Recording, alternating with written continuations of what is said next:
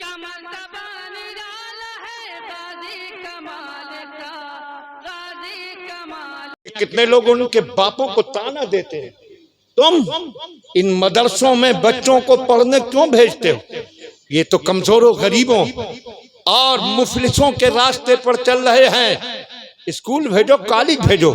School और college का रास्ता बड़े बड़े लोगों का रास्ता है, ओहदेदारों का रास्ता है, अमीरों का रास्ता है, वजीरों का रास्ता है, वजीर आजम का रास्ता है।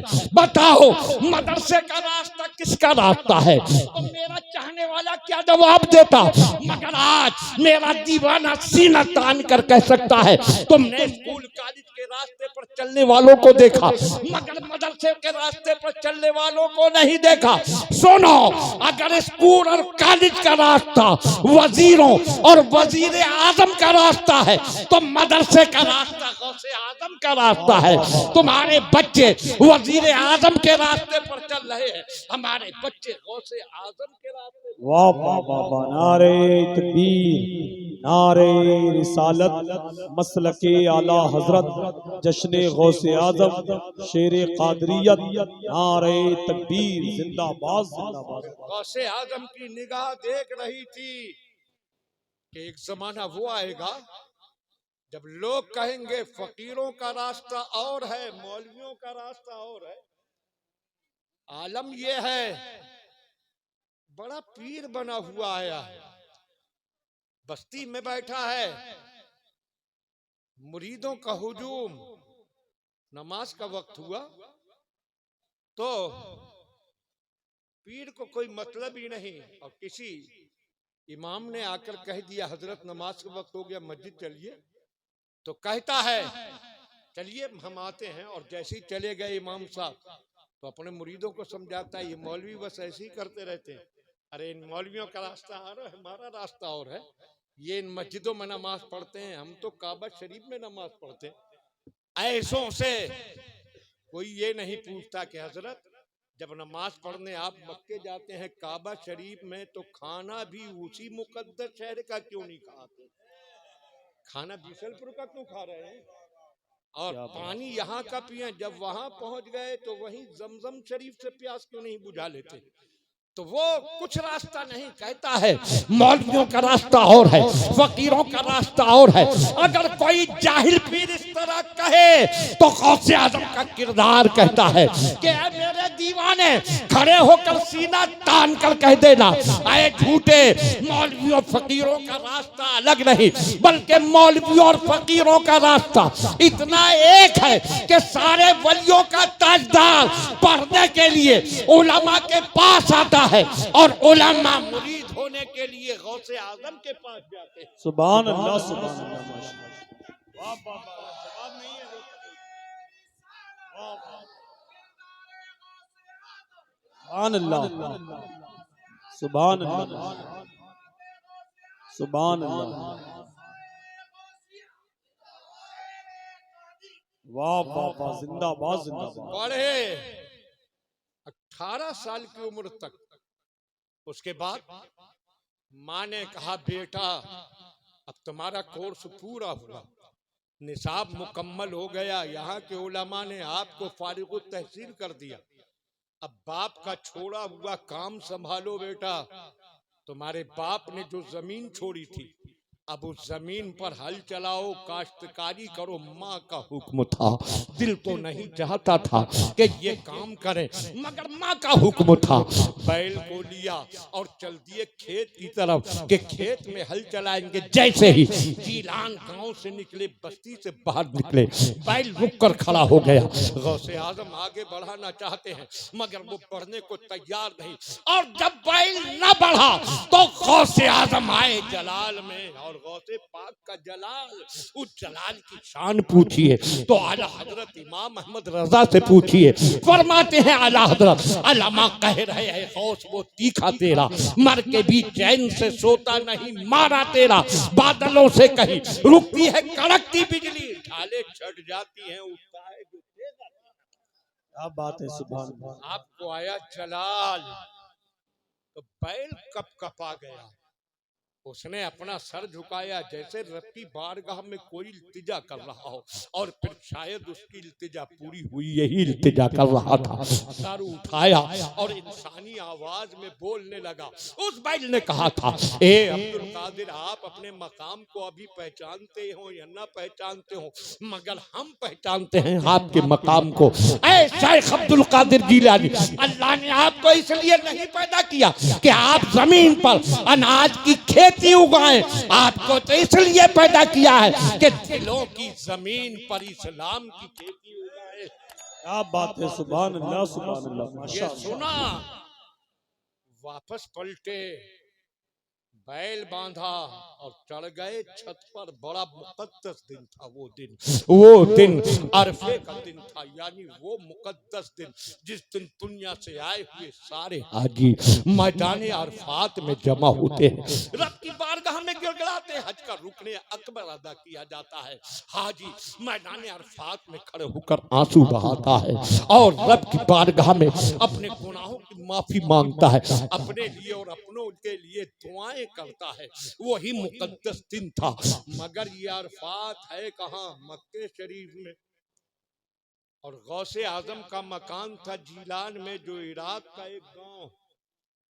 आप चढ़े अपनी छत पर, मगर वाह रे शाने गौसे आजम, छत पर खड़े होकर जैसे ही नजर उठाई तो नजर सीधे अरफात के मैदान पर पहुंची, और अरफात के मैदान को ऐसा देखने लगे जैसे आपका घर अरफात के किनारे। सुभान अल्लाह। अहले सुन्नत, नारे तकबीर, नारे रिसालत, माशाअल्लाह माशाअल्लाह, सुभान अल्लाह सुभान अल्लाह।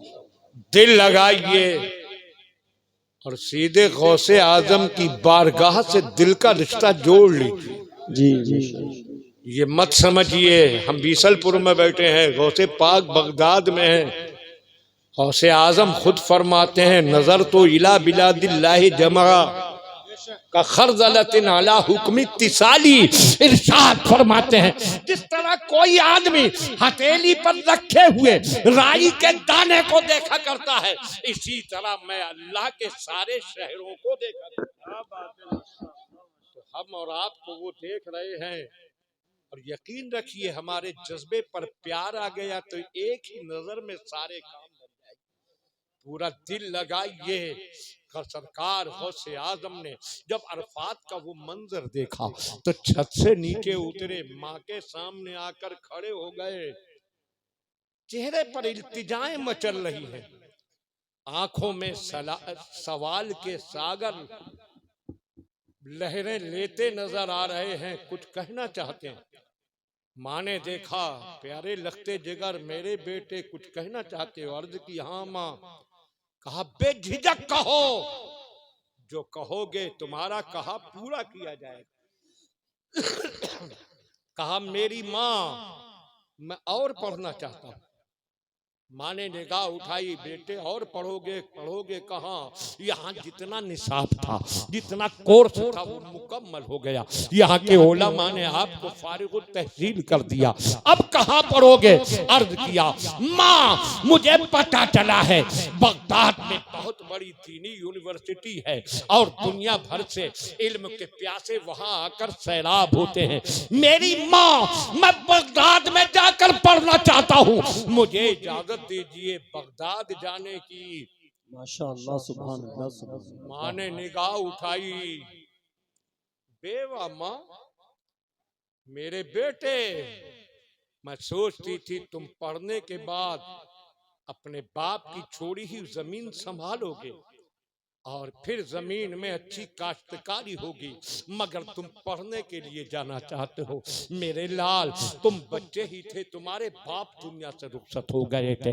मैंने कितनी मोहब्बतों से तुम्हें पाला है, किस माँ का दिल गवारा करेगा कि अब बेटा निगाहों से ओझल हो जाए। मेरे लाल तुम दुनिया के किसी काम के लिए जाने को कहते, मैं तुम्हें जीलान से बाहर जाने की इजाजत नहीं देती, मगर तुमने दीन मुस्तफा का इल्म हासिल करने के लिए जाने का सवाल किया है, इसलिए मैं तुम्हें रोकूंगी नहीं। इसलिए कि मैं जानती हूँ कि अगर मेरी निगाहों के सामने रहोगे तो मेरे घर की बहार बनोगे और इल्म दीन हासिल करोगे तो हमारे नाना के दीन के गुलशन की बहार बन जाओगे। हमें अपने घर की बहार नहीं चाहिए, दीन मुस्तफा की बहार। सुभान अल्लाह, नारे तकबीर, नारे रिसालत, मसलके आला हजरत, जश्न गौसे आजम, अजमत मजहब इस्लाम, उलमाए अहले सुन्नत जिंदाबाद। बेटे ठीक है, तैयारी करो, जाओ, काफिले का पता चलाओ किस दिन जा रहा है, क्योंकि उस जमाने में हवाई जहाज तो क्या जमीनी सवारियां भी न थी, न ट्रेनें थी, न बसें थी, न कारें थी, न बाइकें थी और ना ये साइकिलें थी। पैदल सफर, ऊंट घोड़ों पर सफर होता था। रास्ते में रहजनों का, चोरों डाकुओं का खतरा रहता था, इसलिए काफिले की सूरत ही में सफर किया जाता था। काफिले का पता चलाया गया, फला दिन काफिला जाने वाला है, तैयारी कर ली गई और जाने का दिन आया तो उससे पहले माँ अंदर गई और अंदर जाकर एक थैली निकाल कर लाई। थैली को आपके सामने लौटा तो सोने की अशरफियों का ढेर लग गया। कहा मेरे लाल ये 80 अशरफी है और अल्लाह ने मुझे 2 बेटे दिए, दोनों की 40-40 अशरफी हुई। मेरे बेटे मैंने इसलिए महफूज रखे थे कि बड़े होकर तुम सुपुर्द करूंगी, तुम इनके जरिए बिजनेस कर सकते हो, तिजारत कर सकते हो, माल कमा सकते हो। लेकिन जब तुमने पढ़ने जाने का इरादा किया है तो मैं जानती हूँ एक ईमान वाले बाप की कमाई का सबसे बेहतर मसरफ यही है कि उसकी कमाई दीन की राह में खर्च कर दी जाए। सुभान अल्लाह, सुभान अल्लाह, माशाअल्लाह। ये बेटे, ये 40 अशरफियां तुम्हारी और 40 तुम्हारे भाई की, और यहीं से समझिए कि गौसे आजम के वालिदैन के सिर्फ 2 ही बच्चे थे, 2 बेटे, बेटी कोई न थी। गौसे आजम की बहन एक भी न थी। अगर बहन होती तो उसका हिस्सा भी निकाला जाता, क्योंकि उस जमाने में बेटियों के हिस्से दबाए नहीं जाते थे। आज तो आलम यह है कि सारी जायदाद के मालिक बेटे, सारी दौलत के मालिक बेटे, बेटियों को कुछ भी नहीं। याद रखो बहनों का हक दबाने वाले भाइयों, कयामत में तुम छोड़े नहीं जाओगे, बहनों का हक तुम्हें देना पड़ेगा। जी, और बहनों का सारा हक दबाकर बाप ही उसका जरिया निकाल लिया। जहेज, जहेज कितना ही दे दो मगर विरासत का हक खत्म नहीं होता, वो हक बरकरार रहेगा। और अगर इस जहेज की बजाय विरासत का हक दिया जाता तो आज हमारी बेटियां कुंवारी न बैठी होती।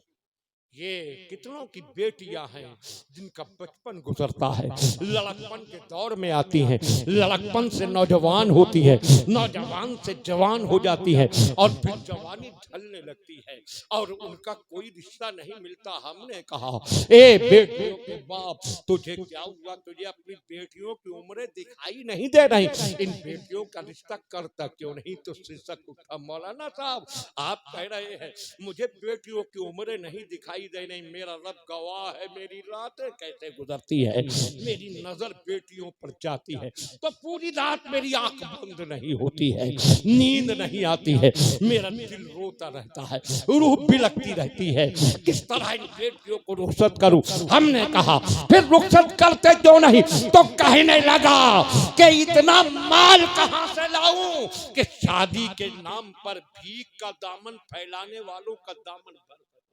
इस दहेज की मांग ने पूरे माशरे को तबाह करके रख दिया। आज हमारी बेटियां भाग रही हैं, घरों से फरार हो रही है। पहले तो सिर्फ अपने मजहब वालों के साथ फरार होती थी, आज मौके का फायदा उठाकर और एक मिशन बनाकर गैर हमारी बेटियों को ले जा रहे हैं। इस्लाम वाले की बेटी, ईमान वाले की शहजादी, जिसको फातिमा ज़हरा की कलीज बनना था, जिसको जन्नत में फातिमा ज़हरा के कदमों में जगह मिलना थी, वो जहन्नम की मुस्तहिक बनती चली जा रही है, दीन तक छोड़ रही है, इस्लाम छोड़ रही है। ये सब क्या है? ये जहेज की लानत का नतीजा है। इधर कोई हाथ पकड़ने वाला नहीं होता और जिनका मिशन ये है कि इनकी बेटियों को अपने जाल में फांसा जाए, वो हाथ बढ़ाते हैं, ले जाते हैं और फिर ज्यादातर होता यह है कि कुछ दिनों के बाद उसकी इज्जत पर बात करके उसको गंदगी की पोट बनाकर भगा डालते हैं और फिर ये दरबदर की ठोकरें खाती है, ना इधर की रही ना उधर की रही। ये हमारी बेटियों की बर्बादी, ये इस्लाम की शहजादियों की तबाही, इसका जिम्मेदार कौन है? इसकी जिम्मेदारी सरासर है जहेज मांगने वालों के ऊपर। जी अगर ये जहेज मांगने की बजाय जहेज की बजाय इस्लामी तरीका इख्तियार किया गया होता और विरासत में हकदार बनाया गया होता तो जहेज मांगने की लानत पैदा न होती और हमारी बेटियां इस तरह बर्बाद न होती, हमारा समाज तबाह नहीं होता। आज बेटियों को विरासत में हिस्सा नहीं दिया जाता, उस जमाने में बेटियों को भी जितना हिस्सा इस्लाम ने मुकर्रर किया है उतना हिस्सा दिया जाता था। अगर गौसे आजम की एक भी बहन होती तो 80 में से 40-40 दोनों को न बांटती, बल्कि बहन का हिस्सा भी अलग करके बताती कि तुम्हारी बहन का हिस्सा है। इसलिए अपने दिल पर नोट कर लो कि गौसे आजम सिर्फ 2 भाई थे, बहन कोई भी नहीं थी। और कोई बहन होने का दावा करे झूठा तो 80 अशरफियां, 40 बेटा तुम्हारी, 40 तुम्हारे भाई की। अब ये खतरनाक दौर, ये सुनसान राहों का सफर, रहजनों का कदम कदम पर खतरा, लुट जाने का अंदेशा, इसलिए हिफाजत का इंतजाम जरूरी। उनकी गुदड़ी ली जिसको ऊपर से पहनना था, उसका अस्तर खोला और अंदर रुई की तह में एक एक करके सारी अशरफियां इतने अच्छी तरतीब से जमा थी कि बाहर से उनका अंदाजा ही न हो सके। रुई के अंदर जमा कर अस्तर को सिला, इस तरह पैक कर दिया कि कोई देख कर कह नहीं सकता था गुदड़ी के अंदर अशरफियां हैं। गुदड़ी पहनाई, बेटा इन अशरफियों को अपनी तालीम हासिल करने के लिए खर्च करना। और उसके बाद काफिला जाने का वक्त हुआ है, माँ अपने बेटे को दरवाजे पर रुखसत करने आई है। वो बेवा माँ, वो भी थी विलायत वाली, वो जानती थी कि अब बेटे से मुलाकात न होगी। फरमाया बेटे अब मैदाने कयामत में ही होगी मुलाकात। सोचिए उस माँ का दिल गुर्दा जिनको अल्लाह ने निगाहे विलायत दी है, जानती हैं जब बेटा जाएगा तो मुझे सूरत फिर देखने न मिलेगी, मैं बेटे की वापसी से पहले दुनिया से रुखसत हो जाऊंगी। मगर दीन के लिए बेटे को रुखसत कर रही है। कहा बेटा चलते चलते माँ की आखिरी नसीहत सुन लो, मेरे लाल, मेरे लखते जिगर, मुझसे वादा करो कि जिंदगी में कभी झूठ नहीं बोलूंगा। सरकार गौसे पाक ने वादा किया, माँ ने सीने से लगाया, सर पर मोहब्बत का हाथ रखा और आपने बेटों को रुखसत करके आंखों से आंसू पोंछते हुए घर में वापस आ गई। सब दिन के लिए रुखसत कर दिया, अब कयामत से पहले मुलाकात होना नहीं है। वो उधर चले, माँ घर के अंदर आई और हमारी तबीयतें मचल उठी। जहन में सवाल बुलबुलाने लगा, एक गौसे पाक की वालिदा, एक इस्लाम की अजीम खातून, एक खातून जन्नत की शहजादी, ए रसूल पाक के गुलशने करम, चमनिस्ताने करम की कली, ए उम्मुल खैर फातिमा सानी, आपकी बात समझ में नहीं आई, ये वादा क्यों? क्या आपको खतरा था कि आपका बेटा घर से जाकर झूठ बोलने लगेगा? हम जानते हैं, हमने पढ़ा कि गौसे आजम पैदाइशी वली, और आपने तो खुद ही इनकी पैदाइश के बाद अपनी बस्ती के लोगों को बताया था। जब चांद नजर नहीं आया था, इस्तिबा हुआ था, तो सुबह को आपने बताया था कि मेरे बेटे ने सुबह सादिक से लेकर अब तक दूध नहीं पिया है। इसका मतलब ये है कि रमजान का चांद रात हो गया है और आज रमजान की पहली तारीख है। और फिर थोड़ी देर बाद शहादत आ गई थी, जान का सबूत हो गया था। तो आपने तो खुद देखा था कि आपके शहजादे ने पैदा होते ही रोजा रखा। उनकी पैदाइशी विलायत को आपसे ज्यादा कौन जानेगा। आप जानते थे आपका बच्चा वली बनकर दुनिया में आया है, साहिबे रूहानियत है, साहिबे बातिन है, साहिबे फैजान है। फिर इस वादे का क्या मतलब? आपको कई का क्या खतरा था कि बेटा यहाँ से जाकर झूठ न बोलने लगे?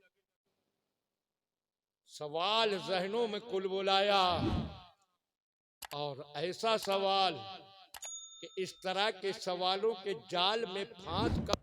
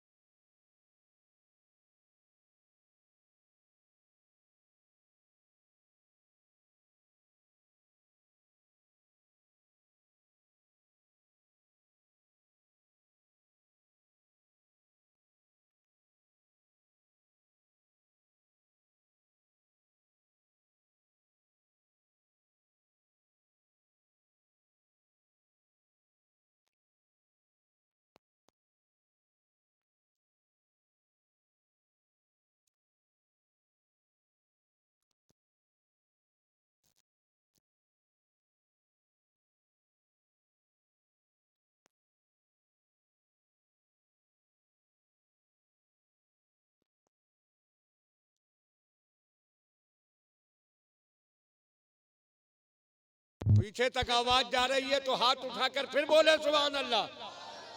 और देखिए जलसों में ऐसा वक्त आ जाता है कभी कभी, और यही मंजर देखकर हमें अपने बुजुर्गों पर फख्र होता है।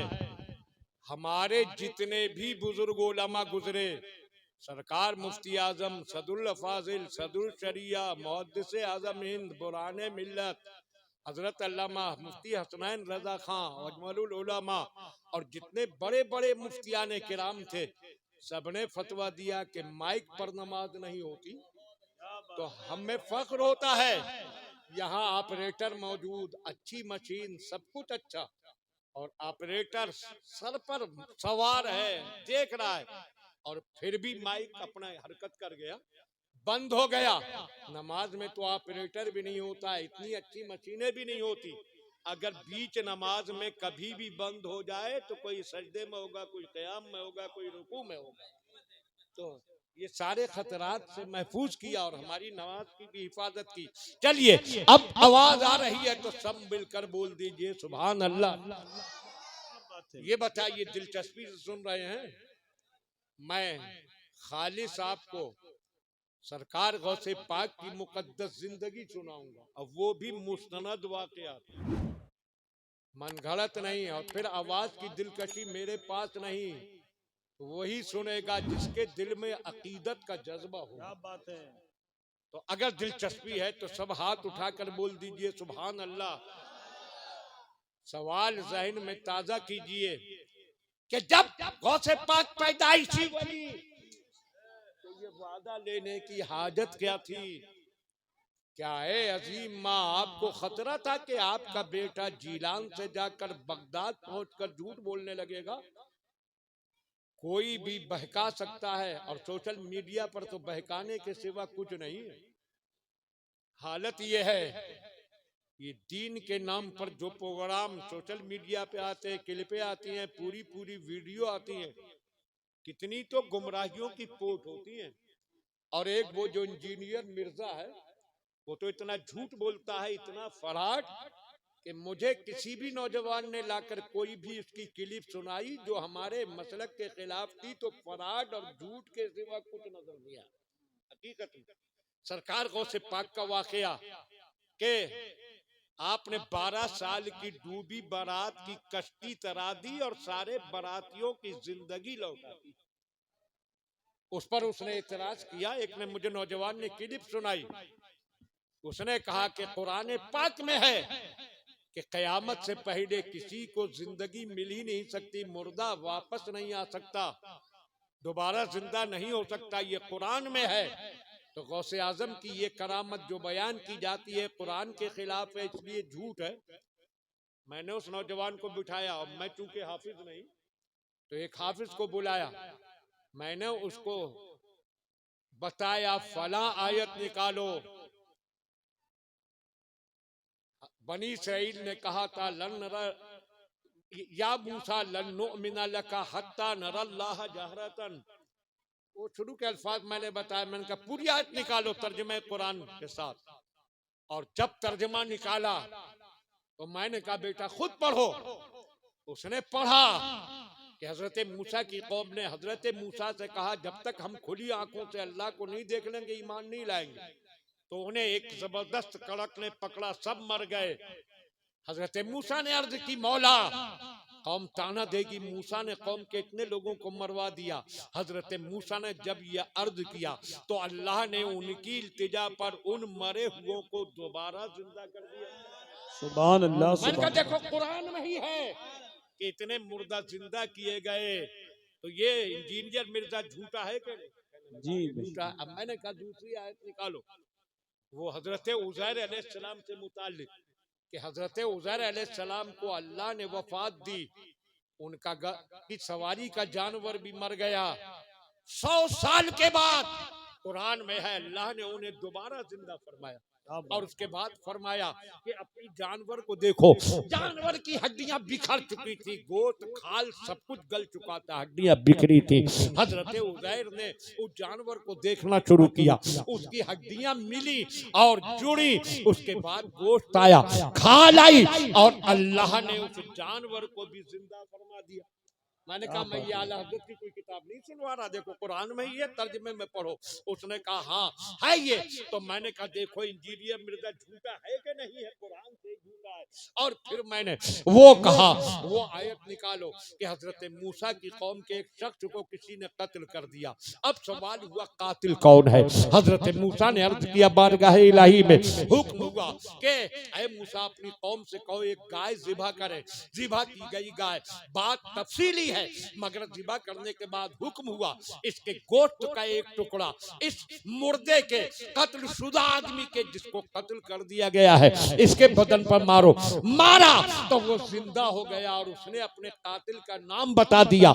मैंने कहा देखो यहाँ भी मरने के बाद कयामत से पहले अल्लाह ने मुर्दे को जिंदा कर दिया। बताओ इंजीनियर मिर्जा झूठा है कि नहीं?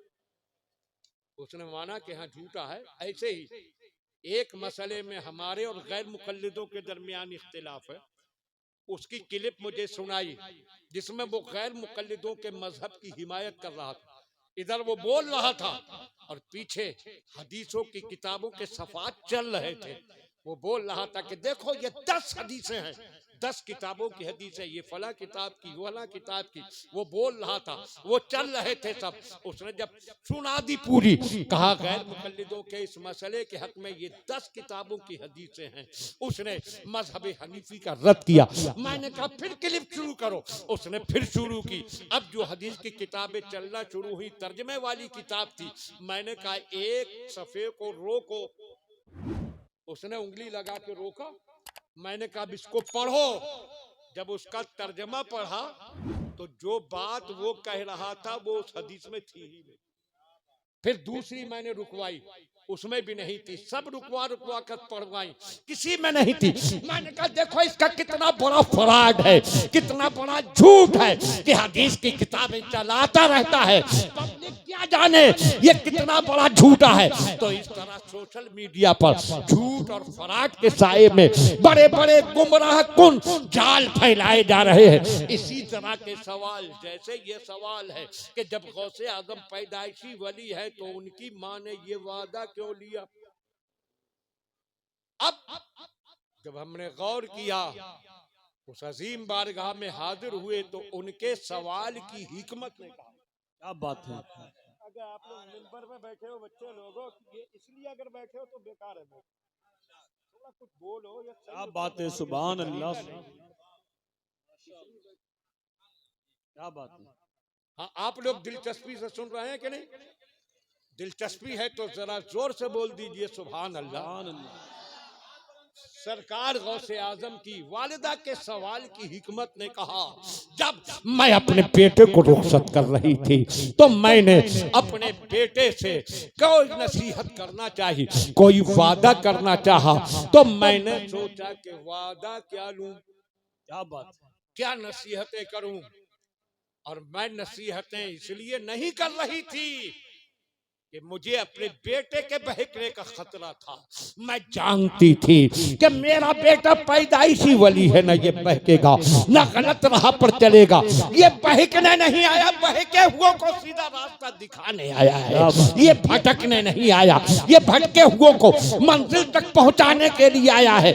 मगर मैंने इसलिए नसीहतें करना चाहिए कि कयामत तक इस उम्मत की माओं को सबक मिल जाए कि जब अपने बेटों को रुखसत किया करें तो कैसी नसीहतें। क्या बात है, वाह वाह, नारे तकबीर, नारे रिसालत, मसलके आला हजरत, ख्वाजा का हिंदुस्तान, बीसलपुर का खामोश मुसलमान। अल्लाह के बंदो, इतना मजमा है, जरा आवाज निकाल के नारा लगाइए, नारे तकबीर, नारे रिसालत, मसलके आला हजरत, जश्न गौसे आजम अल्लामा मुख्तार अहमद साहब किबला।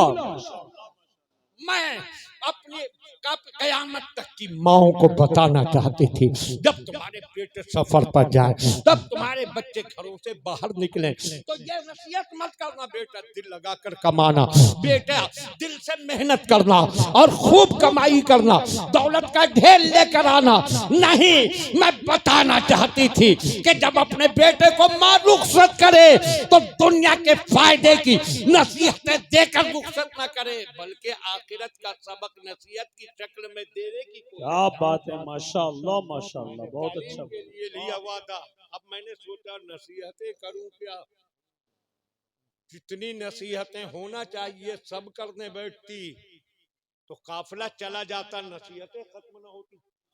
तो मैंने सोचा कोई एक नसीहत ऐसी करूं कि जिसमें सब आ जाए।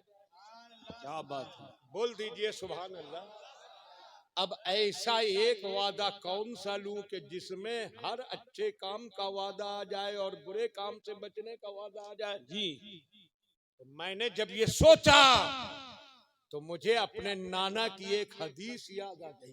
क्या बात है, सुभान अल्लाह। सरकार की खिदमत में एक शख्स आया, या रसूल अल्लाह, मैंने समझ लिया कि वाकई आप अल्लाह के रसूल हैं, मैं मुसलमान होना चाहता हूं, मगर एक शर्त है।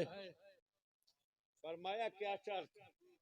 कहा सरकार मेरे अंदर 4 ऐब हैं और एकदम मैं चारों को छोड़ नहीं सकता।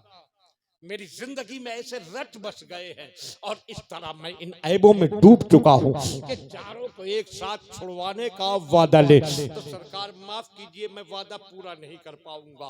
चारों में से अगर एक छोड़ने का वादा अब लिया जाए और फिर कुछ जमाना गुजरने के बाद दूसरा, फिर तीसरा, फिर चौथा, इस तरह एक एक करके तो छोड़ सकता हूँ मगर एक साथ नहीं। इसलिए चारों में से किसी एक के छोड़ने के वादे पर मुसलमान करना चाहें तो पढ़ा दीजिए कलमा। जी ध्यान से सुनिए, औलाद वालों सुनो, बच्चों के बापों सुनो और अपनी जिम्मेदारियों को समझो। रसूल कौनैन ने इरशाद फरमाया बता क्या है तेरे अंदर 4 ऐब? तो कहा सरकार एक ऐब तो मेरा ये है कि मैं शराब पीता हूँ और दूसरा ऐब ये है कि मैं चोरी करता हूँ और तीसरा ऐब ये है कि एक औरत से मेरा नाजायज ताल्लुक है और चौथा ऐब ये है कि मैं झूठ बोलता हूँ।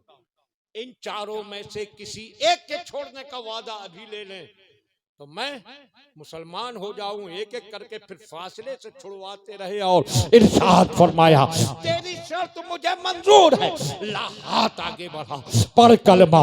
उसको कलमा पढ़ाया, मुसलमान किया और उसके बाद उसने कहा हुजूर चारों में से कौन सा एक छोड़ना है?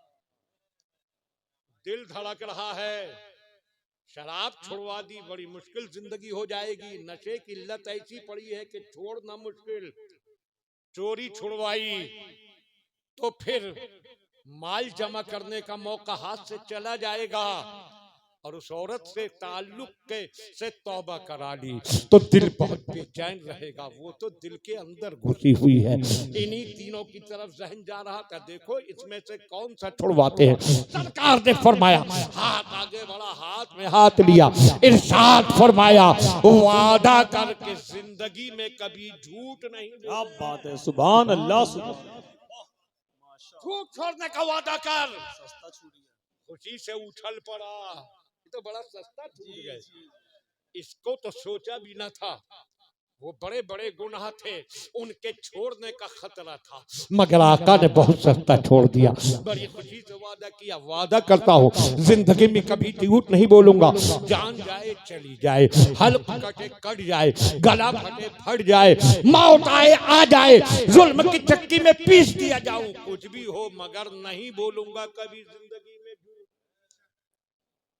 खुशी खुशी चला गया, बहुत सस्ते छूट गए, आसान सौदा हो गया। रात हुई, शराब के बर्तन निकाले, शराब लौटी, प्याले में शराब को लौटा। और जानते हो शराब है कितना बड़ा गुनाह। रसूल कौनैन ने इरशाद फरमाया, मम माता मुदमिनल खमरे सकाहुल्लाहु अज़्ज़ा व जल्ला मिन नहरिल ऊता। सरकार ने इरशाद फरमाया, जो शराबी मरेगा उसको नहरे ऊता में से पिलाया जाएगा। सुनो ईमान वालों, सुनो मुसलमानों, सुनो, तुम्हारे रसूल फरमाते हैं, हम सबके आका फरमाते हैं, जो शराबी मरेगा उसको नहरे ऊता से पिलाया जाएगा। कालू वमा नहरुल ऊता थे या रसूल अल्लाह, अर्ज किया या रसूल अल्लाह ये नहरे ऊता है क्या?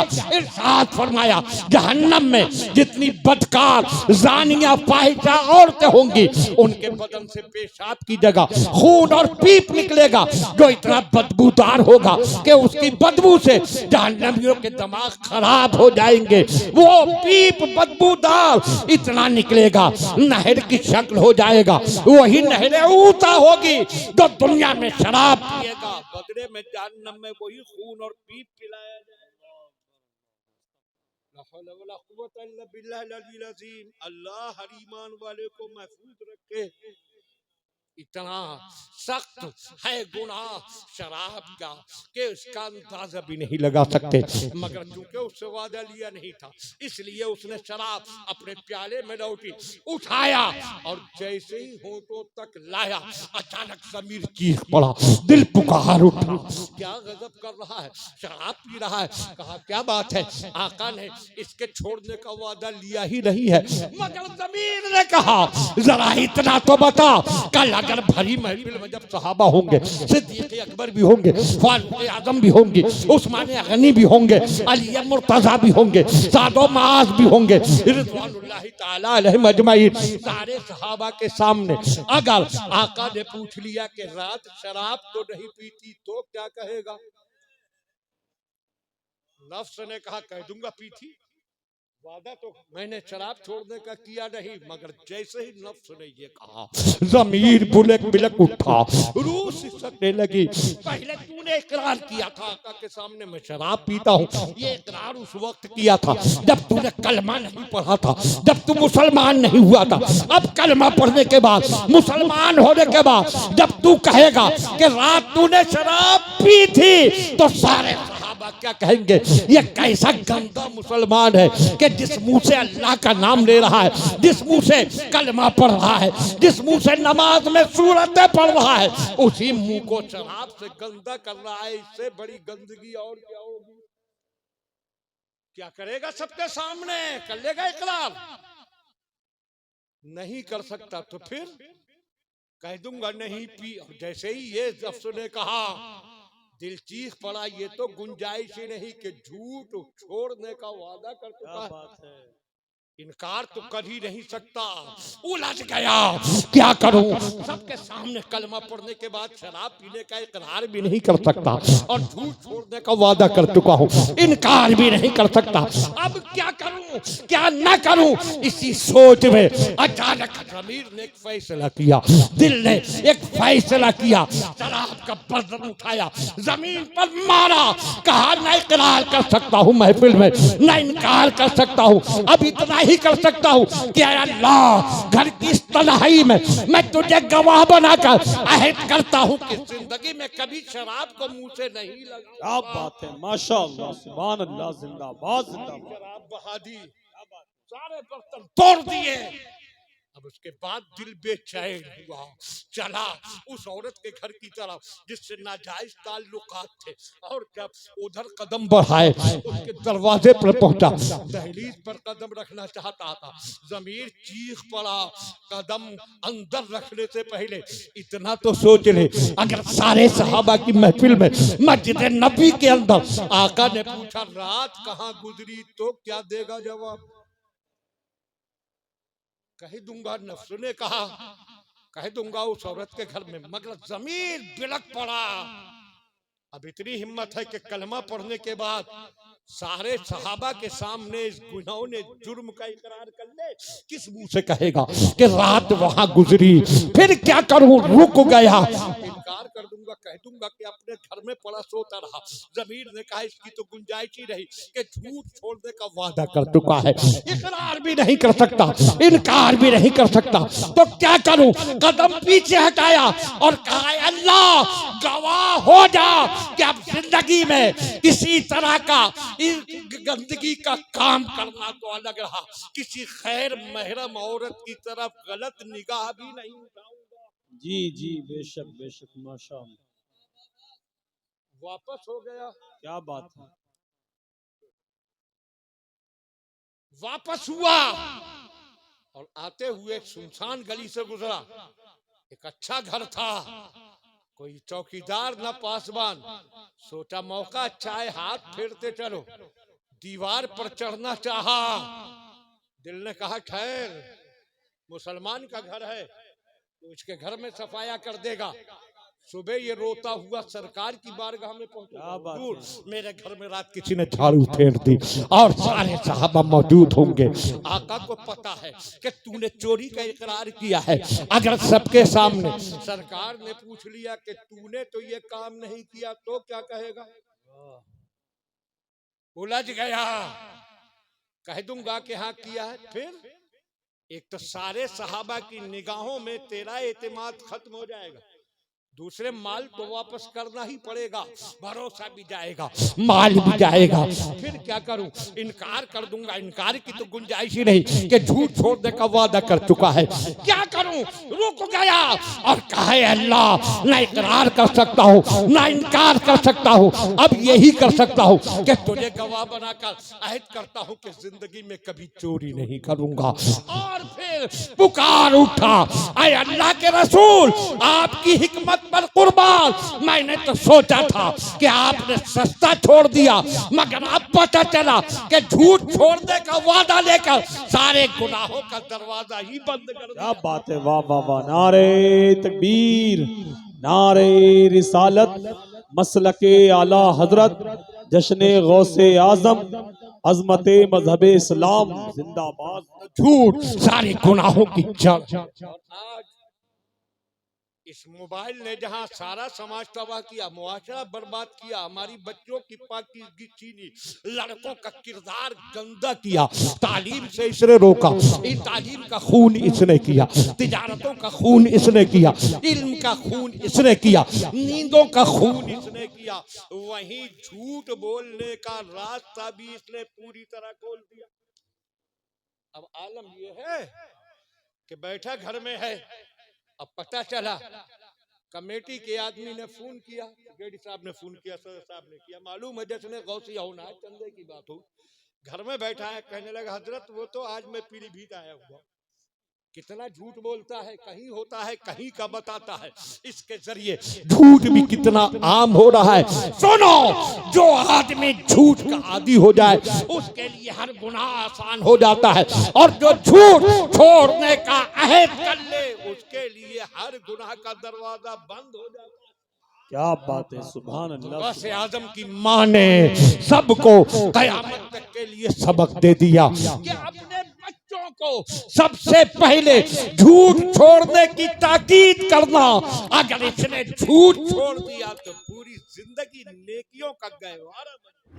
क्या बात है, सुभान अल्लाह। इसलिए वादा लिया, और फिर इसलिए वादा। गौसे आज़म की वालिदा कहती है, मुझे यकीन था मेरा बेटा कभी नहीं बिगड़ेगा, मगर मैंने इसलिए ये नसीहत की कि क़यामत तक की मोमिना माओं को नसीहत करने का सलीका आ जाए, और दूसरे इसलिए कि मेरा बेटा मेरी इस नसीहत को जब डाकुओं के सामने बयान करे तो डाकुओं के लिए तौबा का दरवाजा खुल जाए। क्या बात है, सुभान अल्लाह, सुभान अल्लाह। इसलिए लिया था ये वादा।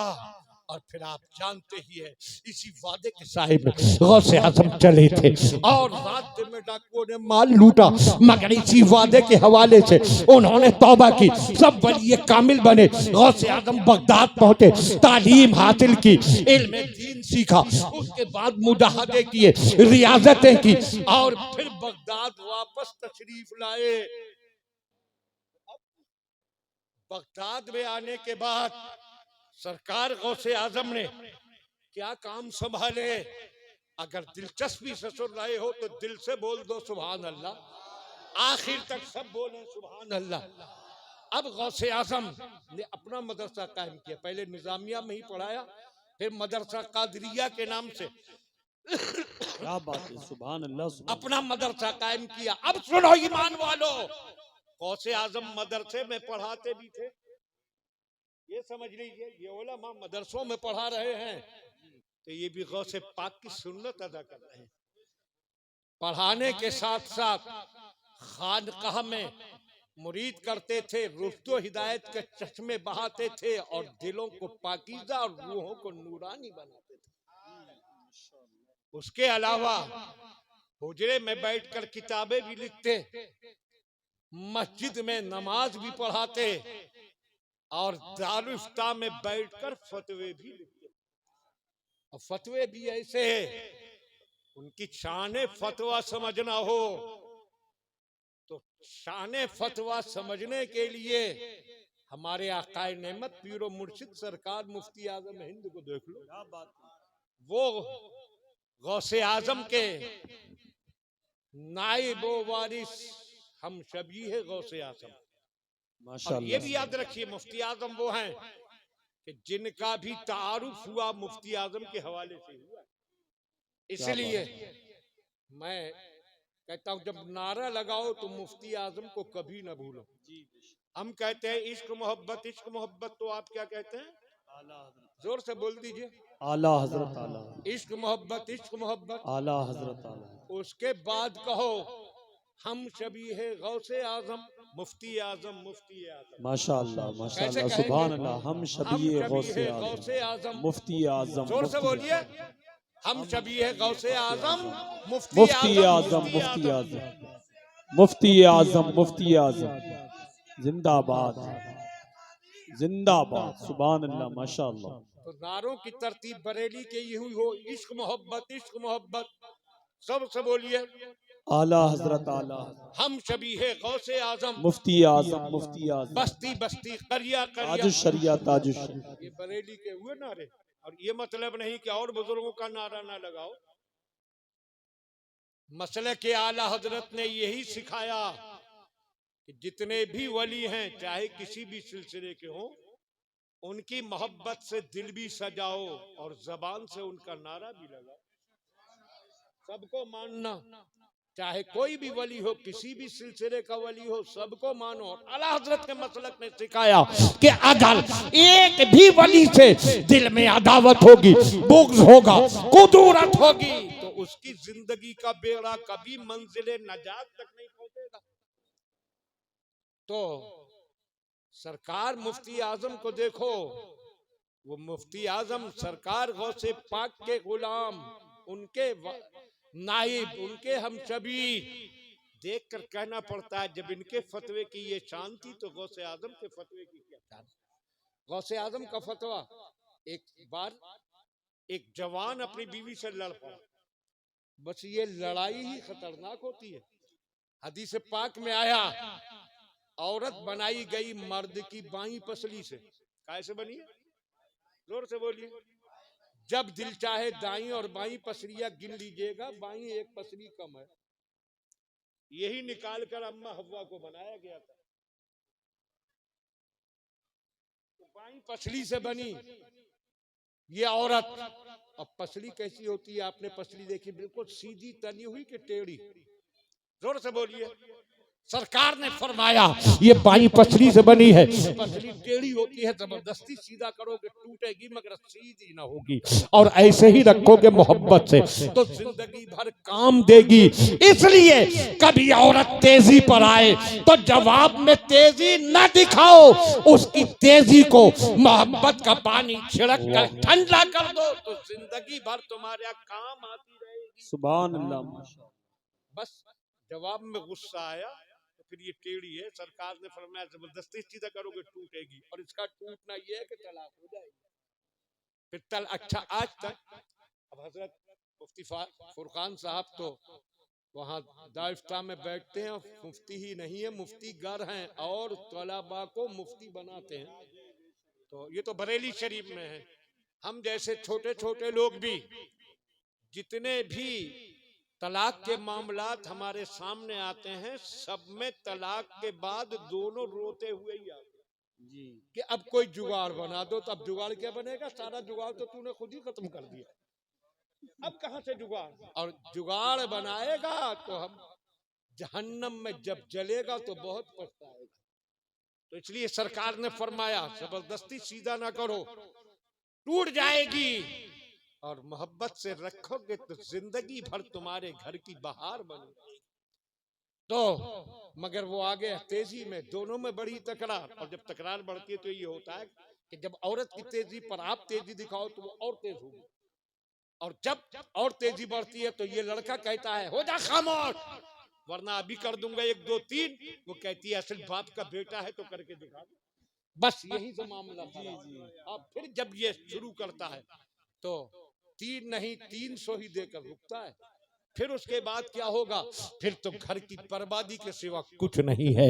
वो भी नौजवान तेजी पर आ गया, बात बढ़ी और इतनी बढ़ी, न जाने कौन सा बीवी ने ताना दिया कि उस जवान ने कहा मैं खुदा की कसम खाता हूँ कि ऐसी इबादत करूंगा कि जो इबादत दुनिया में। नारे तकबीर, नारे रिसालत, मसलके आला हजरत खतीब अहले सुन्नत हजरत कारी जाकिर हमीरपुरी साहब क़िबला, माशाअल्लाह।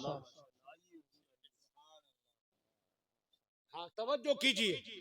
देखिए आपकी इस बज़्म के आखिरी खतीब हजरत मौलाना कारी जाकिर साहब हमीरपुरी बड़ी खुशगुलूई के साथ तकरीर करते हैं, महफिल झूमती है। तो वो भी आप सुनेंगे भी बाद में, आखिरी खिताब इनका। अब थोड़ी सी और सुनिए, दिलचस्पी है। अरे है तो बोलिए सुभान अल्लाह। कहा उस जवान ने कि ऐसी इबादत करूंगा कि उस वक्त दुनिया में कोई न कर रहा, और अगर ऐसी इबादत न करूं तो तुझ पर 3 तलाक। माज़अल्लाह, तलाक के नंबर ले दिया उसने। अब आया उलमा के पास, हजरत के पास, हजरत के पास, हजरत के पास, हजरत के पास, कौन सी इबादत करूं कि उस वक्त दुनिया में कोई ना कर रहा। अब तो सब उलझे, कौन सी इबादत बताए?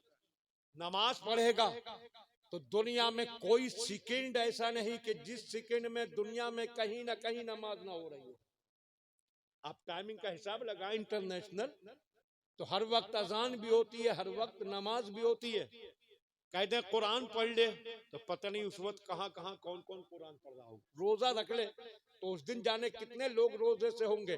कौन सी इबादत बताएं, सब जहन उलझ गया। कभी इस तालिफ्ता गया, कभी उस तालिफ्ता गया, कभी इस आलिम के पास, कभी उस आलिम के पास, कभी इस मुफ्ती के पास, कभी उस मुफ्ती के पास, कभी इस मुहद्दिस के पास, कभी उस मुहद्दिस के पास, मगर नहीं सुलझा कहीं भी मसला। अब तो उलझ गया कि अल्लाह क्या मेरा घर उजड़ जाएगा अगर मैं इसी इबादत न कर पाया तो मेरी बीवी पर 3 तलाक पड़ जाएगी, क्या करूं? गुस्से में कह बैठा अब मेरा घर कैसे बचे। और जब किसी की नजर पड़ी, क्यों रो रहा है, क्यों आंसू बहा रहा है, क्यों बिलख रहा है, क्यों तड़प रहा, कहा माजरा ये ऐसी कसम खा बैठा अब कोई बता नहीं पा रहा, मेरी समझ में भी नहीं आ रहा कौन सी ऐसी इबादत करूं कि उस वक्त दुनिया में कोई ना कर रहा हो और नहीं की ऐसी इबादत तो मेरी बीवी निकाह से निकल जाएगी, 3 तलाक पड़ जाएगी। आखिर क्या करूं? कोई आलिम नहीं समझा पा रहा। कहा तू मुफ्तियों के पास नहीं गया? कहा सबके पास घूम लिया, जहां जा सकता था सब में गया, उलमा के पास, मुफ्तियों के पास, मुहद्दिसों के पास, किस किस के पास गया, मगर कोई बता नहीं पा रहा।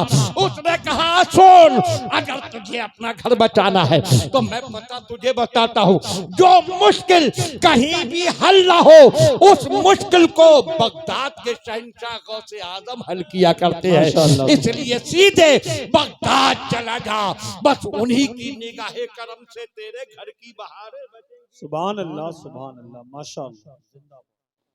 हमारे आकाए नेमत सरकार मुफ्ती आजम इसीलिए अर्ज करते हैं, खिला मेरे दिल की कली गौसे आजम, मिटा कल्ब की बेकली गौसे आजम। आजम। सीधे चला गया, जाकर मसला पेश किया। गौसे आजम ने न कोई किताब उठाई, अल्लाह अल्लाह कैसा इल्म था, न किताब न कुछ। फरमाया रे परेशान क्यों है, तेरा घर बर्बाद न होगा, तेरी बीवी निकाह से नहीं निकलेगी। कहा हुजूर फिर क्या करूं? फरमाया सीधे मक्का शरीफ चला जा और जो लोग वहां तवाफ के लिए हो सबकी हाथ जोड़ जोड़ कर इल्तिजा कर कि कुछ देर कोई तवाफ ना करे, सबको रोक दे और उसके बाद अकेला तवाफ कर ले। उस वक्त दुनिया में कोई तवाफ नहीं कर रहा होगा, अकेला तो ही कर रहा होगा, तेरी कसम पूरी हो जाएगी, बीवी निकाह में रह जाएगी, तेरा घर बच जाएगा। वाह वाह वाह, नारे तकबीर, नारे रिसालत, मसलके आला हजरत, जश्न गौसे आजम, उलमाए अहले सुन्नत, माशाअल्लाह। ये शान सरकार गौसे आजम की, ऐसा फतवा, कैसा फतवा कि जहां सबकी अक्ल तंग हो जाए वहां सरकार गौसे आजम रज़ी अल्लाह तआला अन्हु की शान इफ्ता अपना जलवा दिखाती थी। तो दारिफ्ता में फतवा भी लिखते थे, हुजरे में किताबें भी लिखते थे, मस्जिद में नमाज भी पढ़ाते थे, मदरसे में तालीम भी देते थे और लोगों को मुरीद करके चोरों डाकुओं को वक्त का कुतुब भी बनाते थे, मगर तकरीर नहीं करते थे। एक दिन सोए, आंख लगी, आका की जियारत हो गई। अरे बोल दीजिए, सरकार तशरीफ लाए, इरशाद फरमाया बेटे अब्दुल कादिर वाज क्यों नहीं कहते, तकरीर क्यों नहीं करते? अर्ज की सरकार मैं अजमी हूँ और यहाँ अरबी उलमा हैं, बड़े बड़े अरब के फुसहा बुलगा, बड़े बड़े अदीब, बड़े बड़े शायर, बड़े बड़े नस्र निगार, बड़े बड़े आलिम, बड़े बड़े मुफ्ती, इन अरबों के सामने बोलने की हिम्मत नहीं होती। इरशाद फरमाया आओ हिम्मत हम अता फरमा दे,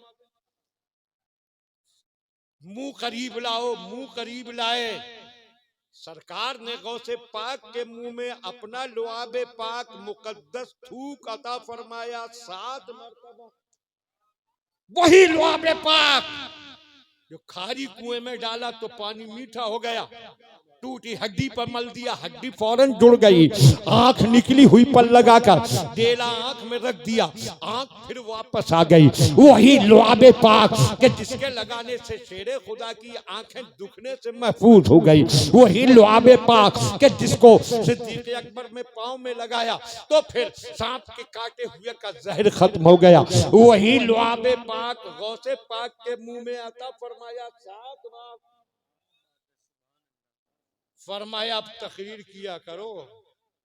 तो हजरत लोग बड़ी शान से कहते हैं नात हजरत हसन की सुन्नत है, तो सुन लो तकरीर रसूल पाक की सुन्नत। क्या बात है, सुभान अल्लाह। और तकरीर इतनी अहमियत रखती है कि गौसे आजम बाकी सारे दीनी काम करते थे, तकरीर नहीं करते थे, तो आका तकरीर करने का हुक्म देने के लिए खुद तकरीर। क्या बात है, सुभान। मगर तकरीर सच्चे वाकयात की हो, मुस्नद रिवायात, कुरानी आयात, सरकार की हदीस, मुस्तनद रिवायात, और गुमराह कुन तकरीरें जो सोशल मीडिया पर ज्यादा घूम रही हैं, इन गुमराह कुन तकरीरों से सिवाय जहन्नम के कुछ नहीं मिलता जी।